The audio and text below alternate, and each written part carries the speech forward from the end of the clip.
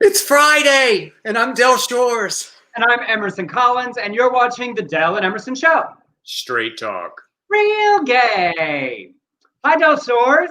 Remember when we used to look forward to the weekend? What's the weekend? I'm not familiar with this concept you speak of. Oh, it's just a different time for us.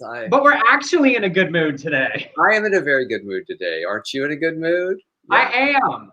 We got a tiny step of good news we can't share with y'all yet, but it is lifting my spirits. Yeah, how is everyone else? Don't y'all love that when someone says, we got some good news? Now, I can't tell you what it is. I can't tell you what it is.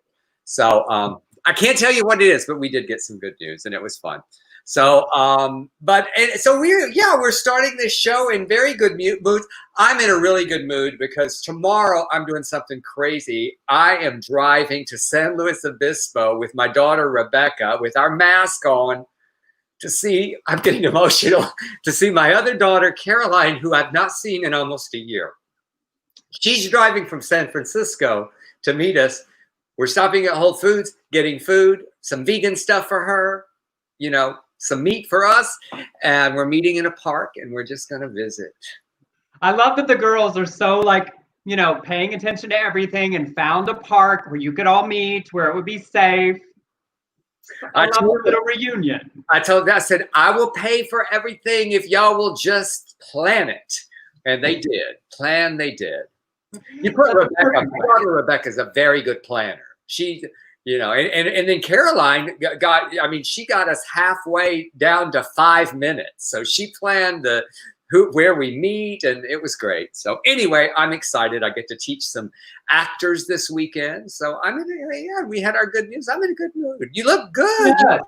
You look well, good. You know, I work at it. I don't. Ken Hartsfield said this weekend is 4 years since a Barry Sort of Wedded filming in Dallas. Oh, good times. Those were time flies.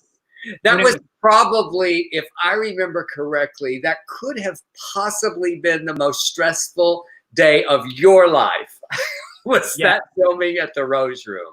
Yeah, but I have said before, the day of shooting all of the scenes at the Rose Room still goes down as the most intense day of my personal life, and a huge success. Well, speaking of Dallas, I have some Dallas news. Yes. I am so honored to co-host, and it's not like I'm really co-hosting. I'm more like a guest where I come in with my good friend Ron Corning, who was in A Very Sordid Wedding. He played the newscaster. He is a newscaster in real life. So tomorrow at 6:30 on CW33 TV, the Dallas Pride TV special. It's only 30 minutes, and our good friend Cassie Nova is one of the grand marshals. And it was just so wonderful because I'm so connected to Dallas, and for them to ask me to do that. And this is big, y'all. This is big. This has never happened before. So there are some positive things about a pandemic because they're doing this virtual Pride, and they've never aired it on a major station before. Anything about Pride like this, a special. That's very exciting. Well, hey, everybody. How are you on this Friday? Whether you're watching us on Facebook, on YouTube, or on Periscope, on Twitter, first, please share the broadcast with your friends. Invite them to join us, participate in the conversation. If you have comments, questions, write them in the chat. We'll see them. If we find them entertaining, we'll address them. If not, we'll skip them. You know how it goes. What a weird day. I looked at some news finally for the first time in a while. We haven't done sports ball, I feel like, the entire time we brought the show back. Oh my God, because there's no sports ball. I only want to talk about it because Major League Baseball started and they put cardboard cutouts in the seats. Yes, I saw that very controversial thing with Mary Hart. Did you see that? Yeah, I mean, I don't care about her weird MAGA Trump ass. They said people were going crazy about that, though. And because she introduced Trump at that rally at Mount Rushmore. No, and they said she had these secret, those don't do that. Weird white power hand signals. So that you're giving out signals, which we are not. Well, if somebody watches it and isn't paying attention and they're a dumbass, that is not my problem. We're talking about what she did. I'm not catering to the stupidest people on the internet. Thank you for clarifying that. But anyway, the cutouts, that's just creepy. It's a little creepy. It's like the seat filler rehearsals at the Oscars. And I feel like that there should have been a couple of cutouts like this with you and me going. If you were going to have the cutouts, who would you put in the seats? I would put Taylor Swift and Beyonce for sure. Taylor Swift and her new album that just came out? her new album, holding her new album. I think I would have Kelly Clarkson, actually a cutout of her on the field singing the national anthem. I think that just like, it would just be like with a mic, a cutout, and then play the national anthem. Don't you think that would be cool? Yes. See, and I would want like the Designing Women and the Golden Girls and like the Desperate Housewives. And then I would want a cardboard cutout in my position on the field. Like I want to sit in the seat, and you can put a cardboard cutout of me out there like picking daisies like I did in T-ball growing up. Or just so bored. Just yawning, someone yawning. Doing cartwheels. And then also apparently the Pentagon's releasing information about UFOs and the aliens have already been here. They have? Well, we knew that. We knew that. I mean, shit. If the aliens were here, they went home. They were like, oh no, this is a lost cause. I got to tell you something about right now. I would not mind being taken. Just like Liam Neeson taken, or like aliens taken and butt probed? Aliens, just take me, aliens, just for a few months till I can just get out of this shit. Just whoop me up. Just give me, and make me breed with you or something. I don't care. I've been watching this. Greg Araki had this show on Stars called Now Apocalypse. It's this great, like, one season of this very queer millennial show that includes aliens. And I'm sorry, this is a spoiler alert if you're planning to watch it, because they only did one season and it was a couple of years ago. But the very end of the show is a guy getting like butt probed by an alien. The end. Right. Okay. But it was like ribbed. What's it? Beam me up, Scotty. Beam me up. Yes. And then in my one sort of, actually very serious, as we continue to pay attention to protests falling in and out of the news, all this stuff up in Portland is so terrifying. And how it sort of wasn't in the news until the Portland moms, all these moms who got fed up by the the DHS people without their insignias, like basically kidnapping people off the streets and have been showing up at the protests. I think that's just such a great representation of everybody standing up. And then I feel like Trump did this dumbass tweet of this story about Joe Biden ruining the suburbs. And he said, all suburban housewives need to read this. And I was like, suburban housewives, like the suburban moms are on the front lines of the protests. Like it was weirdly patronizing and misogynistic to like address every woman who lives in the suburbs as if they're like a 1950s housewives. Not that there's anything wrong with being a stay-at-home mom, but like that's it. That's there. Yeah, I love. Thank you for sending that, because I just went down a rabbit hole with that, and I loved the guy with the hockey stick and the singing with the moms was fantastic. I mean, that's the way to protest. But real quick, Emerson, I want to address something because I've made a mistake. Judy Holcomb is saying my Facebook link doesn't work. It's because I did change it. It's delshores.com. Facebook.com, Del Shores Official. So that's the link. Gotcha. Well, then it's not there because I have StreamYard linked to your other. Oh no. Yeah. So they're watching it everywhere else right now today. We'll get it fixed for the next one. I'm so sorry, Emerson. I've messed that up. I was trying to. I'll post it as a comment. What were you saying while I write this? I was just saying. I just loved how these moms, these Portland moms, they're called the Wall of Moms. They just came. And they did it in such a peaceful way, and they're still throwing tear gas at them. And then it was just brilliant. And the guy with the hockey stick that just lobbed the tear gas right back at them.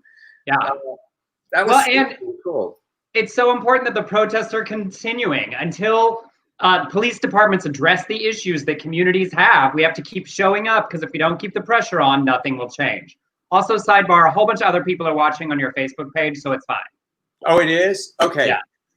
So all right. Well, what we do here is the LGBTQ news and nonsense. So we will roll on to the stories. Now, this is a story that's been going on for several years, but the U.S. State Department has finally sanctioned the leader of Chechnya, Ramzan Kadyrov.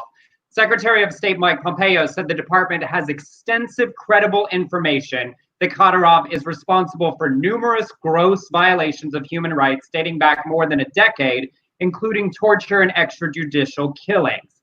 Now, details of the horrific anti-LGBTQ purge were first reported 4 years ago in 2016. Survivors recounted being detained, beaten, electrocuted, forced to turn over the names of other queer people. Many said they were turned into authorities by their own family members. Now, this finally comes after a 2000 investigation into it. The report sparked a huge international outcry, as well as an underground railroad of activists seeking to help queer Chechens escape persecution. If you guys haven't seen, there's an amazing and difficult documentary to watch called Welcome to Chechnya by David France. You can see it on HBO right now. Germany, France, and Canada have quietly granted asylum to refugees from Chechnya, but so far the US has not.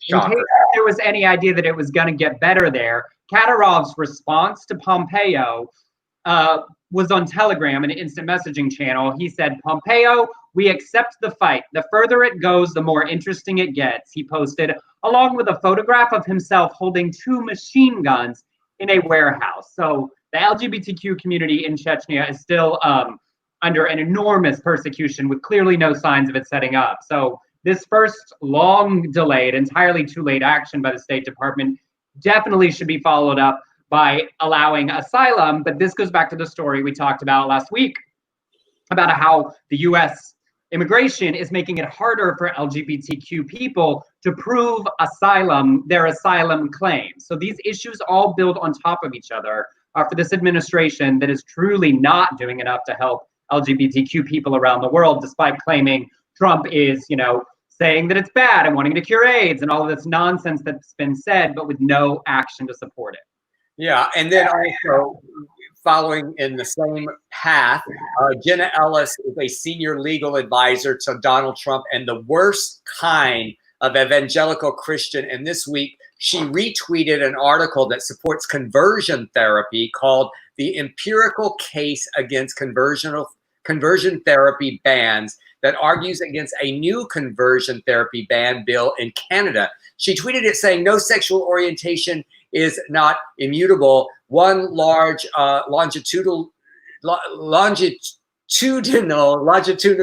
study found that over 80% of the same-sex behaved adolescents became exclusively heterosexual behaved after 6 years." The article also argued that people could turn queer because of childhood sexual abuse, and she tries to connect the LGBTQ plus identities to family dysfunctions.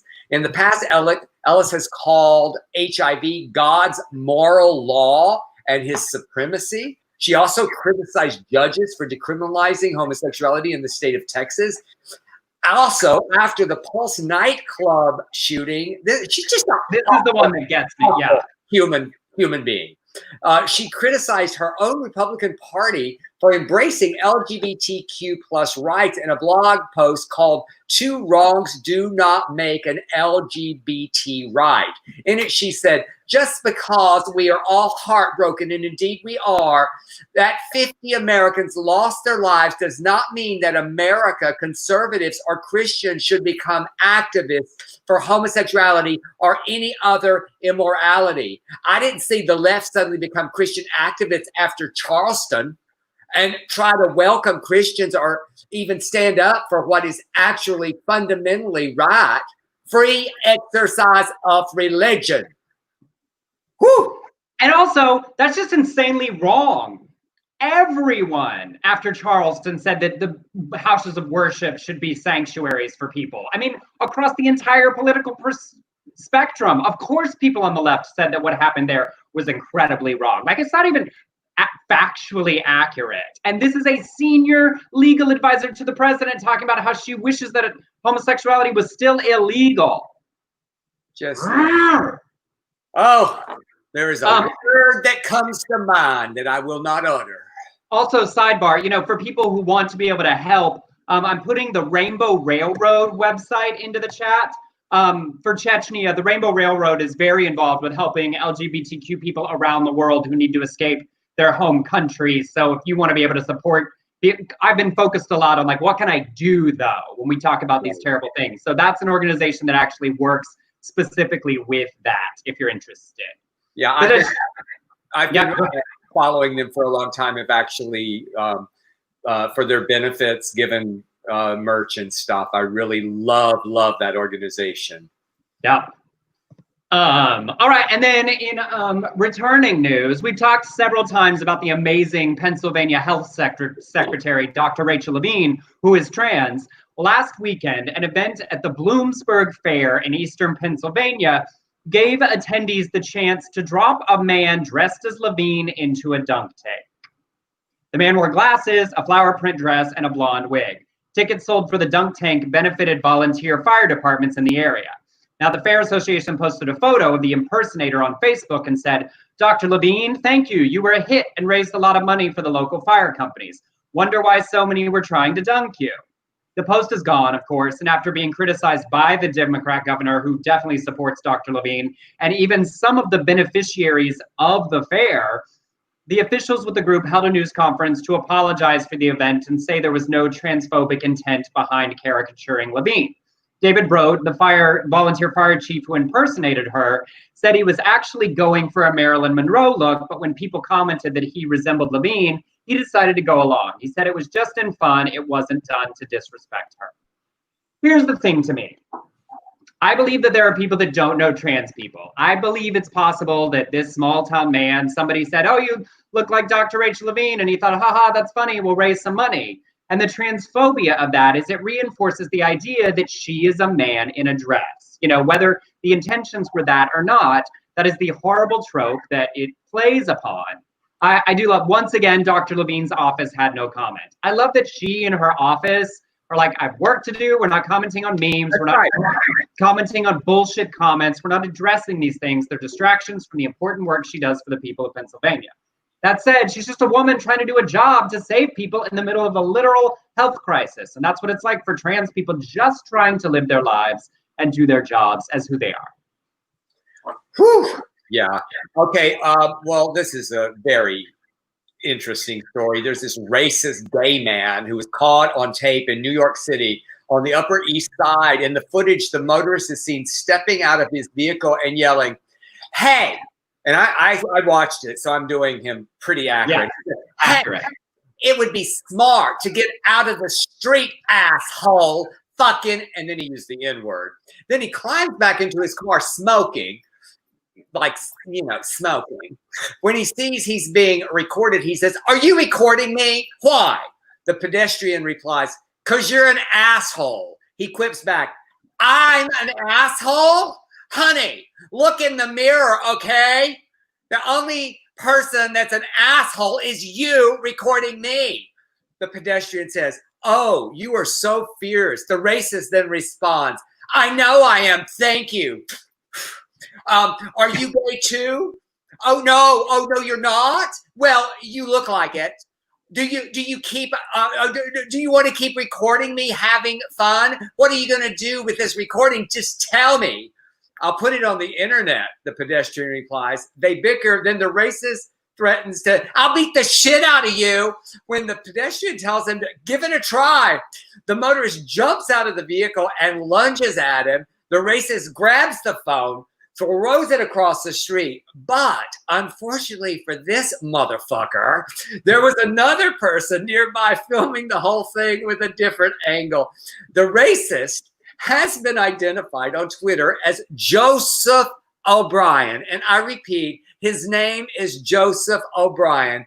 He's a former adult performer, and he goes under the name of Dustin Gold for Helix Studios. They announced he was fired in a tweet saying, Dustin Gold has been fired. He hasn't worked for us in 2004, and we will not use him in the future.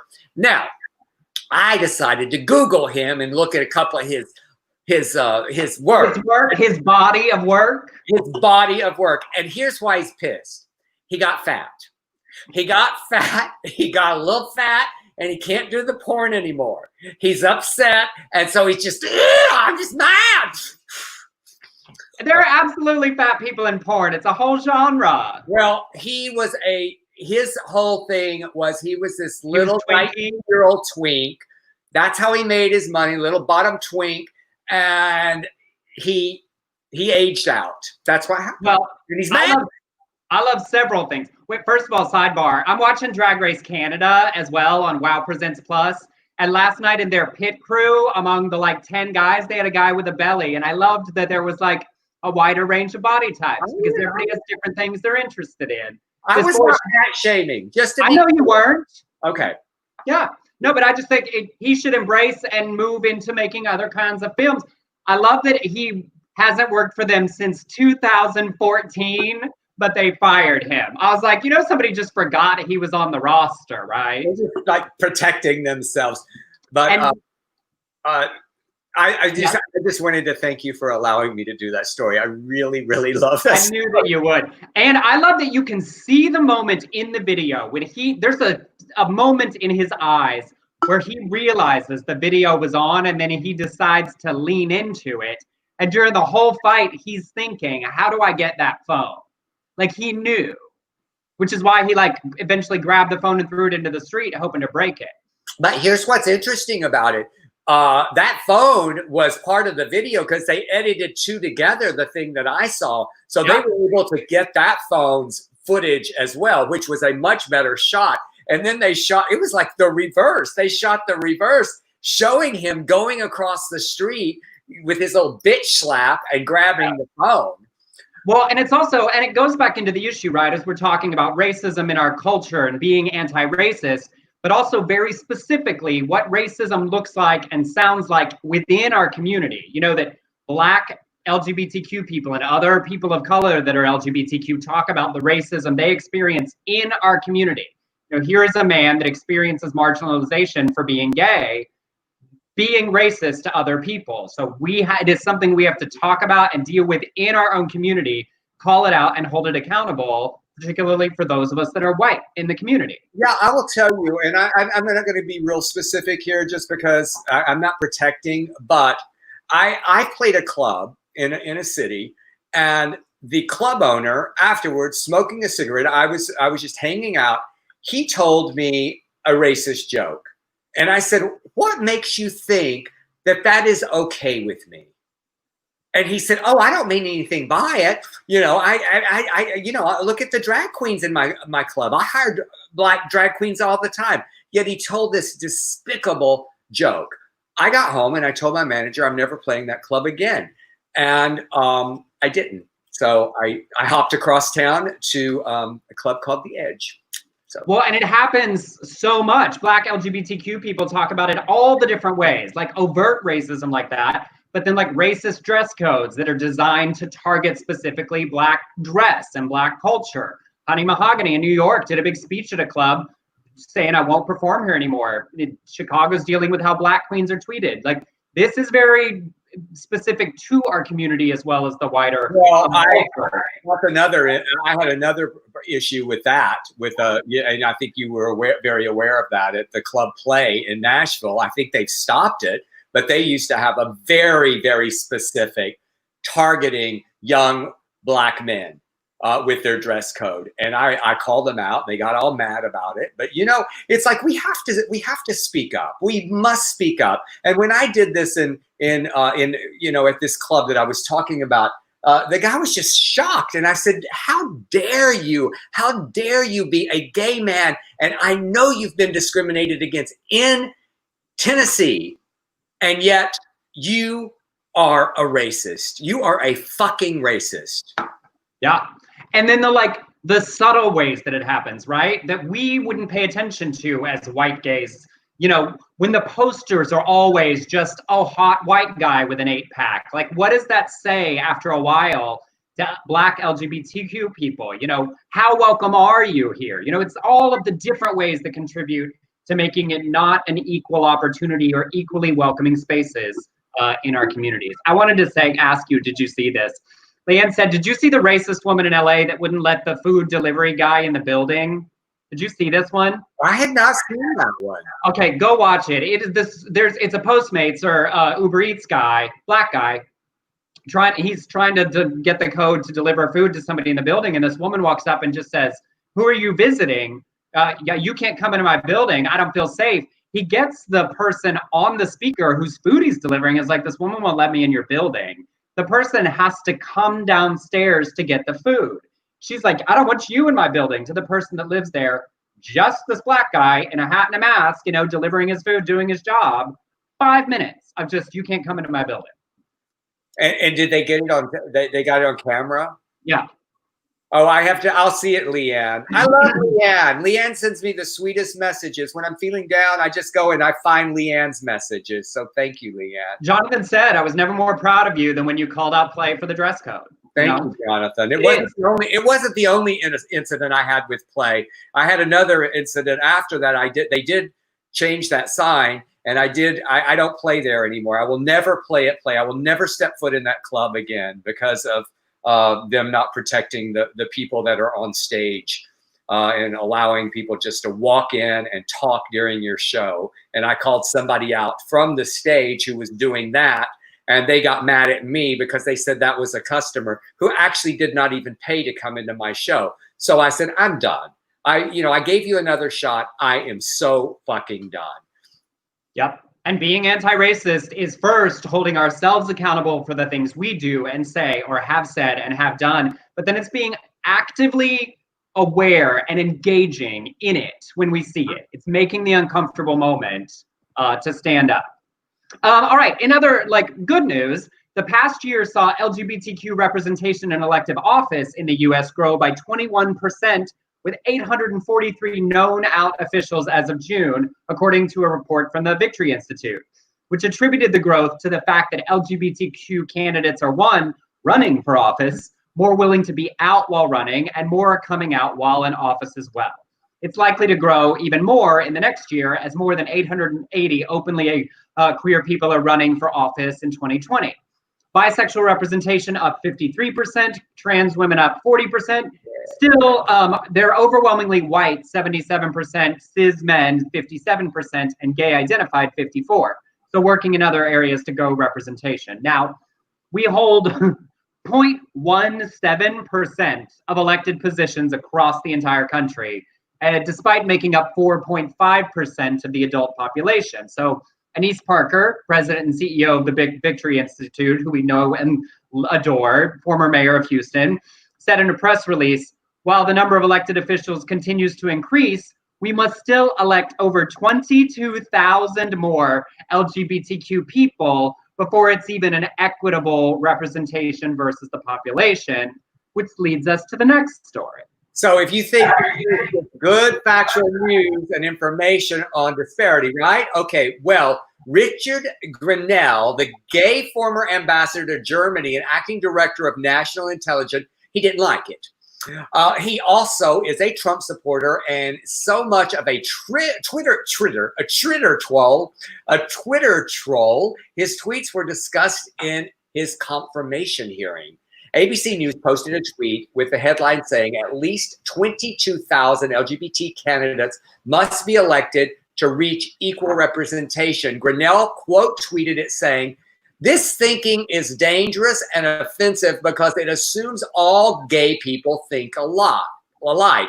Gay is not an ideology." Grennell then went on to tweet attacks at the Victory Fund and its CEO, Anise Parker. Well, the Victory Fund tweets, "It costs $0 to love yourself, Richard Grennell. You ought to try it sometime." Then the log cabin Republicans weighed in because their voice is so fucking important, saying, "I'm sure if you ask any of the few Republicans that Victory Fund has supported, they'd agree that the hollow words of nonpartisan support only goes one way, to the left. Well, the Victory Fund responded saying, we endorse far fewer Republicans than Democrats, but that's because so few LGBTQ people are running as Republicans.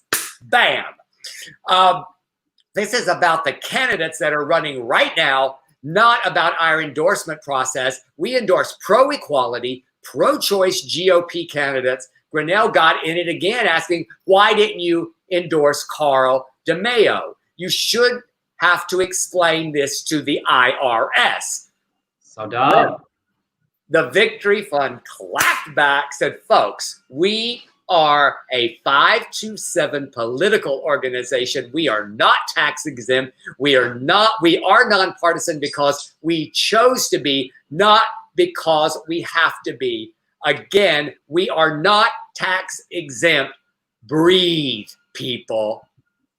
Well, and his original point was bonkers and stupid. The article said 22,000 people to reach equitable population representation.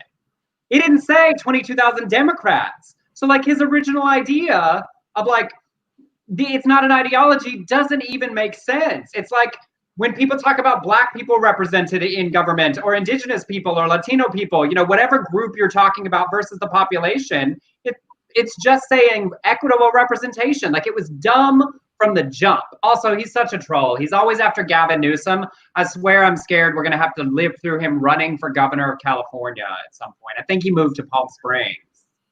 Oh. Well. Anyway, if you don't know who he is, good for you. I mean, it's like he immediately pissed off people in Germany when he first got there. He's just the biggest Trump supporter. And, you know, it's representation that there are ridiculous, stupid people in every community. Yes. All right. Big Stone, Palm Springs. I was just going, what will I say when I run into him? Oh, that might not be right. Well, we've reached the mid portion of our show where I do my obligatory commercial. If you're sitting at home and enjoying the show and have some extra money after contributing to every other cause you can think of, and you want to send us a tip to support us continuing to do this twice a week, you can do that on Venmo to @EmersonCollins or on PayPal to beardcollinshoresproductions@gmail.com. We appreciate every contribution. It is not an obligation. We are thrilled so many of you keep coming back to join us for this conversation and enjoy what we do here because we certainly love it. Yeah, and so many of you have been so generous, and we thank you. I just heard a cha-ching, so Erica, I know you. Erica always divides it up, so thank you, Erica, always. Yes, go. All right, this next story I really love, and I'm going to read entirely too much of it because it's really, really brilliant. Now, out comedian Billy Eichner started from Billy on the Street, all through The Lion King, and blowing up in the Hollywood culture, has just announced his newest project will be playing Paul Lynde in a new biopic titled Man in a Box. What a great and he did an incredible interview about it for Deadline that I really encourage you, all of you, to go read in full later. It's one of the best examples I've ever seen of an out gay actor talking about the challenges and journeys of being an out gay actor and masculinity that I've ever seen. And obviously, it speaks to me very personally. Now, he does a lot of great conversations about Lynde, and he says he's not a martyr or an angel. He had terrible substance abuse problems. He could be a real asshole. I think it's a compelling story because when we are presented with these biopics about gay people, we're often seen as martyrs or victims. We're not seen as fully complex people, emotionally complicated, as messy as everyone else. He also talked about gay actors and how they don't get the chance to play our own gay icons, Harvey Milk, Freddie Mercury, Elton John. And he didn't take anything away from the actors who played those roles, saying, but why don't we get to tell our own stories? I don't think there needs to be a rule like straight actors can never play gay, but it's so lopsided. It never works in the other direction. We're never granted the opportunity to bring all of our life experience as gay people to the screen, and it's become frustrating to watch that happen over and over again. He goes further. The reason that Lynde was limited in his options was because he did not present as masculine. And the minute someone does that, they are limited in their options. What studio executives and audience at large decide they will believe a gay actor doing on screen or not doing is fascinating to me. comes down to masculinity. We accept a masculine actor playing effeminate and will reward him for it. And when the opposite happens, when someone's presented themselves as flamboyant or effeminate as an actor or as a person, it's almost thought of as a joke. And then he talks about what happens to gay actors. And I watched as every gay actor I know and have seen applauded all of this. He said, I've heard stories, I mean, they're rumors, but I know they're true, about actors who are considered for a major franchise who weren't out actors, but even though they were closeted, they couldn't even be considered because someone was worried they might come out at some point. And then he gave a real world example. Said, I'm doing this rom-com about a gay male couple that I wrote and I'm starring in for Universal. Judd Apatow is producing it. I'm an EP on that, so I was privy to casting discussions, and I would see when the casting lists were circulating about which actors to call in for which role. There were so many straight actors on every list to play gay characters, but until I raised my voice for the straight characters in the movie, there were never gay actors on the list for those roles. I saw it with my own eyes. It's not a two-way street. Now, I just love this because it wasn't some like only gay actors can play gay. His point was gay actors don't get to tell gay stories, and then they're also not considered for the straight roles. And then we applaud straight actors for doing this huge transformation to play gay characters. So openly gay actors are basically screwed from both directions. So when it talks about getting to tell our stories, it's not like that straight actors can't, but if we can't play straight characters because people are worried they won't believe us, we should at least get to play the gay characters, and certainly the gay interesting ones, without taking anything away from the great performances straight actors have given in gay roles. I just loved it. But he just gave us the opportunity, you know, and he gave that amazing list, and there were some really great performances in the. Absolutely. Don't get me wrong, but Michael Douglas came to mind with Liberace. I mean, was there a gay actor that was even considered for that role? I wonder. You know? And if we don't get the chance to play the really meaty roles, then there aren't any of us that are famous enough to get the big roles. You know, it's like God's Own Country. That director has a new movie coming out I'm very excited for. Kate Winslet and Saoirse Ronan playing the lesbians. You know, there's another movie coming out with Colin Firth and Stanley Tucci that was announced playing an older gay couple. I love both of them. Can't wait to see it. But also, if we don't give openly LGBTQ actors bigger and bigger opportunities, none of us will ever be famous enough to play the roles where you need really famous people for the project to happen. And Billy's just so smart, and I love that he's using the power he now has on the project he's creating to make sure that equity at least exists in who gets considered. And I think that you and I, speaking of a 4-year anniversary, we're living proof that it can be done. A gay actor can, although he was bisexual, he presented very, very masculine, the character that you did in A Very Sordid Wedding. And great job you did. And it's a little bit like what Jen Richards, you know, talked about in Disclosure that we talked about. You know, if trans people had more and more opportunities, you know, it's less important what happens with each one. But until we get to play the really great roles and have really great, famous, Billy's on his way, people, it's going to be frustrating every time a big A-list star gets to tell our story instead of us. We don't have this story, I don't think, in here, but I read where the Scarlett Johansson, remember when she was going to play a trans man, and all this controversy. Well, they're now doing that movie with a trans man. So there you go. There was something to be happy about, a change there. Okay, so here we go. This is we want you guys to get involved in this story, if you will. Yes, be prepared to tell us your thoughts. So what do you think, Emerson? Should I even? I'm not even going to read. I don't think I'm going to read the response from the person in the that gave their advice. I want to hear from y'all first, then maybe if we have time, I will read her response. So here we go. A man wrote a letter to The Guardian asking advice from columnist Pamela Stevenson Connolly. I'm going to read this letter, and I want y'all to listen, and you tell us what you think if you were asked this question. What is the advice that you would give? So this is the question. I am a 20-year-old gay man, and my sex life is bringing my mood down. I tend to meet guys to whom I am not attracted to physically or in any other way. I feel that I do this because I'm scared to be validated and judged by someone who I do find attractive.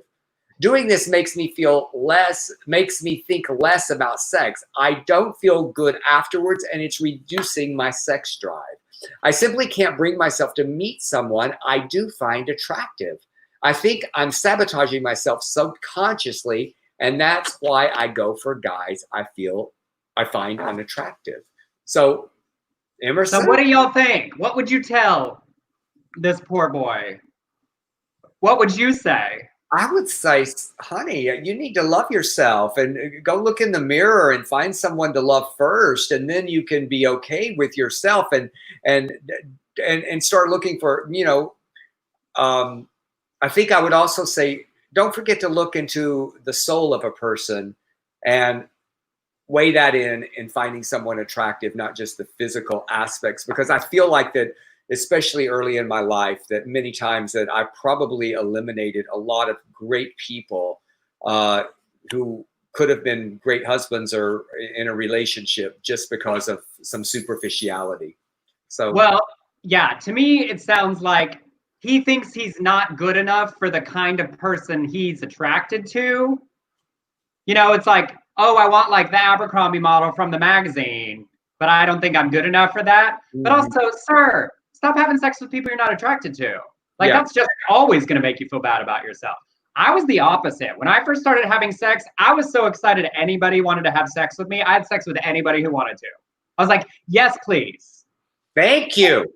All shapes, sizes, ages. Man had gray hair and I was 23. I was like, yes, whoever it is.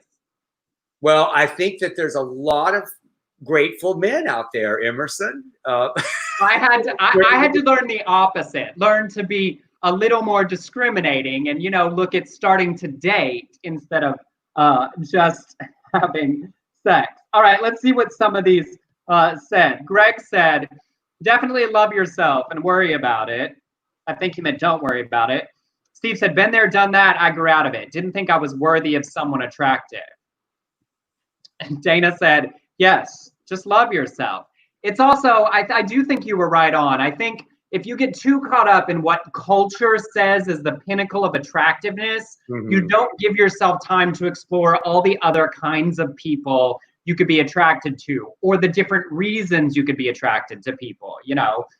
If it's just physical, you can end up all kinds of depressed if you don't think you meet the standards of what you want. Yeah. Brett said, Emerson, I adore your bedroom eyes. Sorry for being tacky. Oh, honey, you don't ever have to apologize for a compliment. I am a weird combination of insecurity and arrogance, and a compliment always helps. You know what kind of eyes I have, Brett? Kitchen eyes. Kitchen eyes that look at food.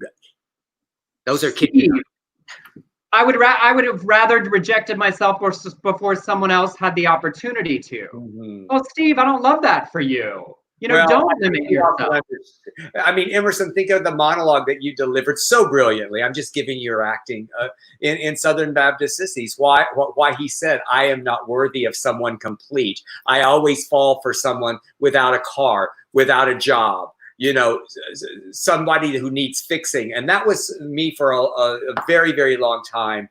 Or someone who needed me. I felt like that I wasn't worthy. And I think a lot of that comes from the self-esteem that we grow up with. And it's not just about our physical appearance. It's also about that we're gay and we are not worthy of someone complete, or we're not worthy of someone fill in that blank.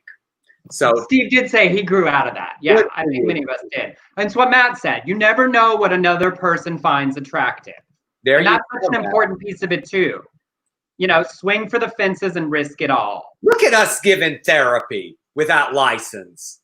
But correct. Well, we're donation only, so we're not charging anybody for free bad advice. Pay what you can. Pay what you can for our therapy. Zana said, rewatch Southern Baptist Sissies on Prime the other day. Holds up very well. I'm so glad. Well, you know what? I want to say something about that. It does hold up very well, but in a way, that is unfortunate because I wish that it could be where we looked at Southern Baptist Sissies and go, wow, it was really like that. It was, but unfortunately, I mean, I wrote that play in 2000 and it premiered in 2000, I believe in September of 2000. and it's still relevant. We shot it 13 years later, and we were like, we didn't have to change anything, and that is unfortunate. So I hope that it ages badly. Yes, our goal is for it to be a weird, archaic period piece. Yeah. All right, in silly fun news, sort of. U.S. Senator Krysten Sinema of Arizona, the first out bisexual senator, has been wearing colorful wigs to work lately, not simply for fashion, but to emphasize the importance of social distancing during the pandemic and show solidarity with those like me, with this group back here, who aren't going to hair salons. I still have not had a haircut since the pandemic started. She wore a purplish pink wig on May 4th, and then on Tuesday, she wore a bluish green wig. And there was a photo tweeted, I'll show you in a second. Now, conservative political consultant Matt McAweek, however, thought wearing the wig amounted to conduct unbecoming a senator, and quote tweeted it saying, "This is a sitting female U.S. senator," clearly dismissively.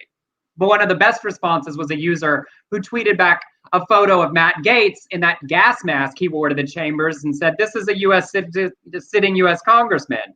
Did you tweet about him?" And here, I'll show you the photo real fast. I was like, Lord, like the misogyny just runs rampant at all times, doesn't it? Like this woman doing something fun. So there is Senator Sinema in her mask. I think she looks fantastic. Yes, and it matches and everything. I love it.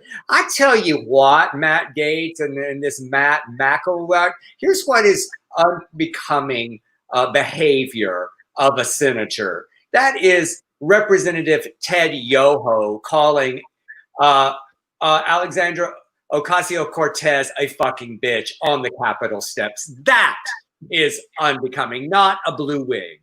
Yeah.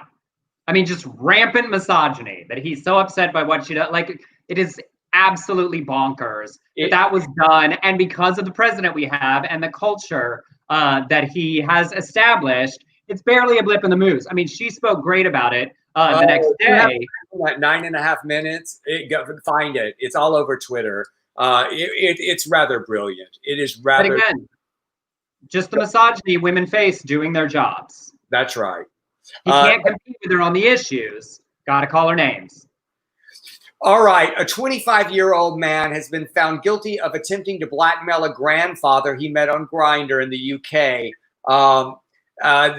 Kieran George Thurling met his victim in the app in September 2018. They met around 8 times for sex before Thurling threatened to out him via a message this year. The older man, now divorced, has children and grandchildren. His ex-wife and kids knew nothing about his sexual activity with other men. Thurling told him that if he didn't give him about $500, he would put posters up around the local area outing him. The older man told Thurling he'd have trouble finding the money, but he raised to $750, he said, and he told his victim to drop the money. So the blackmailer, Thurling, told the victim to drop the money off in an envelope at a specified location. Well, here's where the story gets good. The older man instead went to the police. He couldn't give Thurling's name or even identify features because Thurling had always wore a hooded top, and it had been dark when they met. The police planned to sting at the drop-off with the envelope stuffed with paper, and when Thurling showed up, they arrested him. He admitted the blackmail and told police. Now, this is where the story falls apart a little bit for me. It's like he planned to use the money to go abroad and take his own life. Can't you just do that without taking a trip? And he was sentenced to 2 years in jail, suspended for 20 months, community service, and rehab. I didn't mean to be insensitive. I just call bullshit. He was trying to get sympathy by saying, oh, I was raising the money so I could go away and commit suicide. And I'm like, you don't need money to commit suicide. You can do it right in your own bedroom. I mean, that's bullshit. That's what I meant. I wasn't being insensitive. I'm very sympathetic. I've got lots of suicide in my family, and it hurts my heart to think of the pain and depression that people go through. But this guy I just call him bullshit. You got me. And on the other side, I hate the other side of this story. One, like a young gay man taking advantage of an older gay man. Also, it reinforces the damage the closet still does for so many people, that there was even the opportunity to blackmail this man whose family doesn't know about who he is after this full life that he's lived, you know, with the culture that keeps people ashamed, that keeps people in, is what makes even this circumstances even possible. So I hope that this older man is feeling more comfortable. I hope it leads him to be able to come out, you know, to not sit in that shame. Absolutely. All right, and then really quickly, first of all, we know bisexuality is real, right? Yes. But I put this in because there's a lot of invalidation of bisexuality, and often particularly with men who have sex with men who are bisexual, this idea of like, oh, if you touched a dick, you're gay. So a new study out of Northwestern University took 8 different studies conducted over the last 20 years from 600 men to definitively show the bisexuality by anatomy. Researchers gauged sexual arousal with instruments that measured penile erection in response to male and female erotic stimuli. They confirmed that male sexual attraction and orientation encompasses a range from straight to bisexual to gay. Now, first of all, like just imagining like getting paid for them to like put a gauge around your dick and then just showing you a bunch of pornographic images and seeing which ones like got you going and which ones didn't. 100 participants weren't aroused by either. And I'm fascinated by that. Like just not into porn, I guess, at all. Or asexual. Yeah, absolutely. Though I don't think asexuals represent that large a percentage of the population statistically. I mean, that's 15 to 18%. But certainly porn doesn't do it for everybody. It's interesting to note the most equal bisexual response were found in men who rated themselves as Kinsey 2s or straight leaning. This is important that this study exists, not that we should have to have studies to validate people's orientation. There was a 2005 study led by the same research that did not find evidence. There was a big New York Times article called Straight, Gay, or Lying, basically invalidating bisexuality, saying they're really gay people who are denying themselves, which is also the common criticism of bisexual men, often from gay men. So I just felt like it was important to include this and talk about this and remember invalidating bisexuality, particularly from us in the community, you know, that, oh, the bi way to gay town or that sort of tired stereotype, because there are some gay men who bisexuality is a piece of their journey, doesn't invalidate people whose endpoint is bisexual. So I just thought it was great that there's like, they found scientific proof. There's a range, a spectrum, as it were. Did you just are you like playing lighting designer over there? What's happening? I realized, I always tell you, Emerson, I'm so bad at all this that I forgot to put my light up, and I just wanted to ask people, now, does that make a difference? Is it better? It does. It's a lovely fill. Oh, God. Well, you had to look at me and look hideous this whole time. I had 7.5 minutes. Put the light on because I wanted to do a good performance of this because I love this story so much. There's another erotic story, and this one from a mom about her son who had recently come out using the screen name Country Mama Lynn. That's my middle name. We just told you the whole character right there, didn't it? Country Mama Lynn. So Country Mama Lynn, she says, y'all, this is a new account I just made because I need to vent, and I am not sure where else to post this. My son, 15, just came out yesterday as gay to my husband, and my husband kicked him out while I was at work. I got a panic phone call from my baby telling me everything, and let me tell y'all, I was pissed.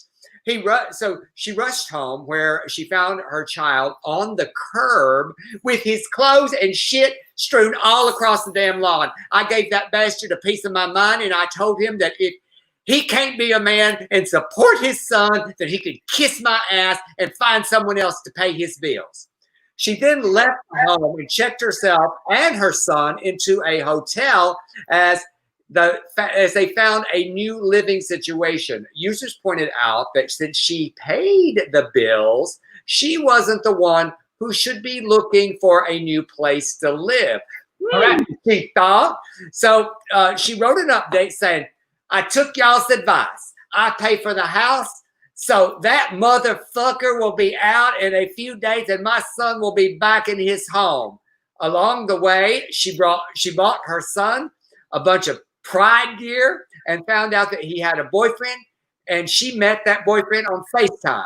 In the most recent update, I love this woman so much, Lynn revealed that she did kick Mark, her husband, out, and here's what she said. She said, I called him, and I very kindly reminded him who owns the house, who pays the bill, and he was screaming about, "You need me, woman. You can't just kick me out, whore." And he asked to meet me in person. So I did, but I don't trust him. So I brought my adorable camo baseball bat just in case things went south. They did not. He left, and now my son and I have lots of extra space. I just loved it so much because it literally just sounded like the story you would write for some country mama. I want that short film. That is a short film waiting to happen. Yeah, I mean, or a whole film. I just want to see like all the build up, and then afterwards, you know, she took him to his first Pride. She went out and got him some gear. You know, she joined the P flag, started bringing snacks, some noodles, some squeezed cheese noodle dish. She was, and my favorite was that camo baseball bat. That's what I mean. I feel like that woman makes macaroni and cheese with squeezed cheese. That was like how specific she was in the detail. Just thrilled my heart. So you know what? Country Mama Lynn, Dale Shores loves you. Yes, he does. Don't we all? I'm so happy for that boy to have a fierce mama bear who's clearly going to advocate for him. Got rid of Mark.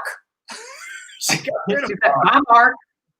All right, and one final thing. We told you a month or so ago about the New York guidelines for pandemic sexual interaction suggested using barriers, and we all, of course, assumed they meant glory holes because, you know.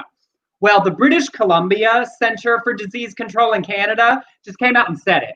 And their new guidelines, they wrote, sex can be very important for mental, social, and physical well-being. True.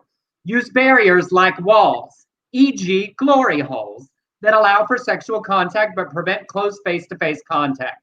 Just straight up said it. Now, many glory holes have been closed or destroyed, so YouPorn, a porn company, is stepping up to do their part.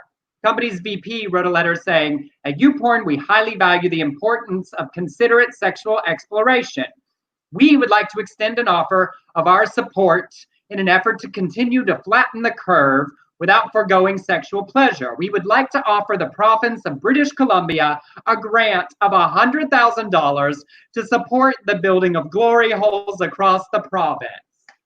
You know, I knew this story before you sent it to me because, you know, Mark, my ex-boyfriend, he sent it. He's up in Canada now. And he wrote me today a text. He goes, I love Canada. And he sent all those guidelines.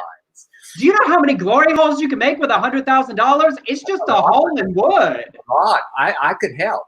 They can't cost more than like $20 or $30 a piece, a big old piece of plywood, stick it somewhere. It's the sanding. It's the sanding that takes. I mean, that's true. If you use plywood, you really got to sand those edges. You don't want sealant. Imagine you got on a mask. You don't want a dick splinter. That'd just be terrible. Woo! That just got it. Okay, real quick. Let's skip that one and do. Let me say it because I love him so much, and I have a picture with him. John Waters is the new fashion of Saint Laurent, and I love that so much. And I just wanted to at least say it. So there we go. Hold on. I mean, it's useless without this photo. I wanted to send my picture with me and John, but I couldn't find it. But look at that. There he is, John Waters, the new face John Waters of Yves Saint Laurent. I just love that. Just an icon of a weird, queer, insane, aspiring artist. I saw him in P-Town when we went to see Jinx Monsoon show. He was sitting 2 rows in front of us, and I just watched John Waters watch Jinx Monsoon show.